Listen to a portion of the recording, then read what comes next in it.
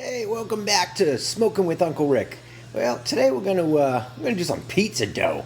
I used 2.5 cups of warm water, and you want some dry active yeast. Now, if you put the warm water in your bowl with some active yeast, it should bubble. You can kind of see what's going on. That means it's alive. If it don't bubble, throw it away because your dough isn't gonna rise. I also threw in here 1 teaspoon of sugar and 1 tablespoon of the yeast. Kind of let that hang out for about 5 minutes, make sure it does what it wants, and then we're going to add 4.5 cups of bread flour. High protein count. This is going to make all the difference versus using all-purpose flour. You trust me? This is what you want to use. Alright, we're going to use 2 tablespoons of olive oil, and we're going to use 1 tablespoon of salt. Just regular old table salt. We're going to throw that in our mixture as well.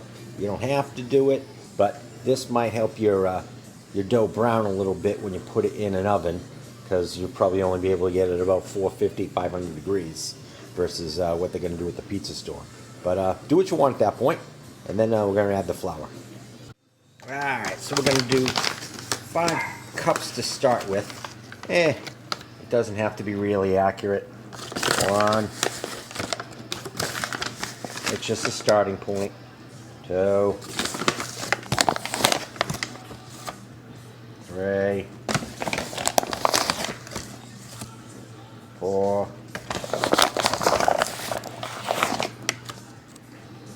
5. And you're just going to stir this up. If it's still too liquidy, add some more. Just remember, you can keep adding, but you can't take out. Now, see, you don't need no fancy machine. Just put it in a bowl, kind of stir it all around, and then get your hands in there and just knead it. And then, like I say, if you need to add more water, add more water. If you need to add more flour, add more flour. You just want a nice dough consistency, and then we're going to go from there. So I put on my barbecue gloves because when it's sticky, it makes a mess. So I started with 5 cups of flour, and now I've got me about 6 cups of flour here. So it's not as tacky. Now it's actually looking like dough. And we just keep folding it on itself. Instead of the machine doing it, you don't need a machine. And just kind of keep folding it in, get more air in there. Take some flour from the edges and throw it in there. And like I say, when it's not tacky, you're done. Then we're going to let it rest. Alright, so we got 2 bowls. We cut our dough in half.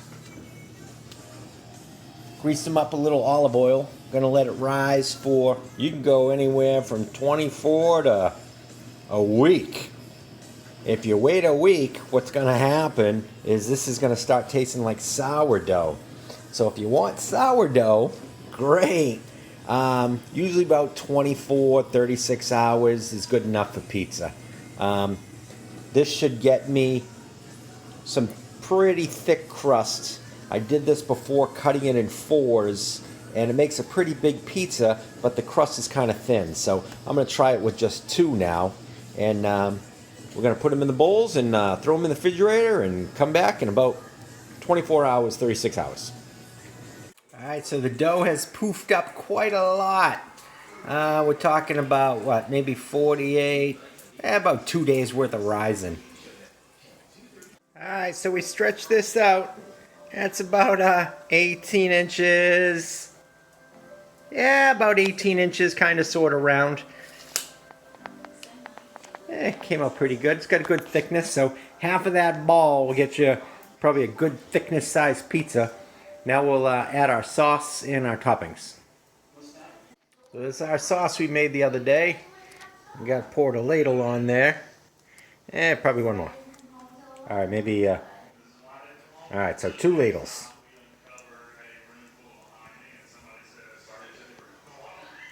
We'll get that on there.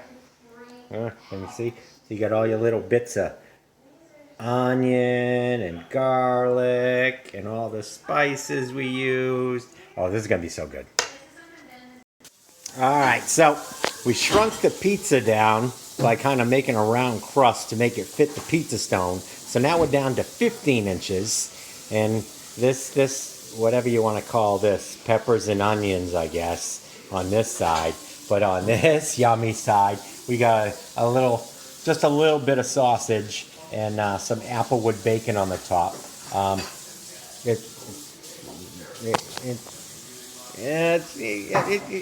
It's just a little bit of sausage. I think I can get it all in there. But we're going to throw it in at 500 degrees and see how well this browns up. All right, so now we got pizza destruction here because it's on the countertop, even though I got cornmeal. Look, cornmeal and flour. But you didn't put the cornmeal. I can't get the fucking pizza thing underneath the pizza without it all starting all over the pot because it's all sticking to everything. Now I got to figure out how to get it off of here because we rolled it like a calzone to get it on the pizza thing to see if we can get it on the stone. So let's see what that comes out looking like.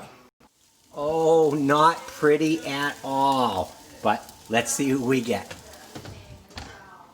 All right, there's the mess. Not pretty. But got a bear. So it can't be that bad. It's pizza, right? How bad can pizza be? All right, so we're still cooking. All right, so it got really doughy here because obviously we beat the shit out of this pizza. But let's cut into it and kind of see what we got here. All right, so it's more of a Sicilian now. We're a very thick crust, but whoop. Look, very, very thick, very, very thick. Very doughy. All right. Mommy's not eating it. Yeah, you're just negative. You're just negative. All right. I didn't eat it last time either. Let me see what I got. All right. So you got to cut it up and eat it with the fork. It's still good. All right. So a failure, but it's still yummy. So you got to cut it up into little pieces and you got to eat it with a fork. Hey. So you can't pick it up. So what? You can pick up the end piece. Look, see, you can pick it up like this. Oh, there you go. No big deal. It's just really, really heavy. So apparently that half a loaf is a little too much. But it's still pizza. It's all right. A little doughy. But it's got a good crust on it. Just can't pick it up. Just gotta use a fork. No big deal. Look how thick that thing is. It's just Sicilian. So what? It's still good. We'll try again next time.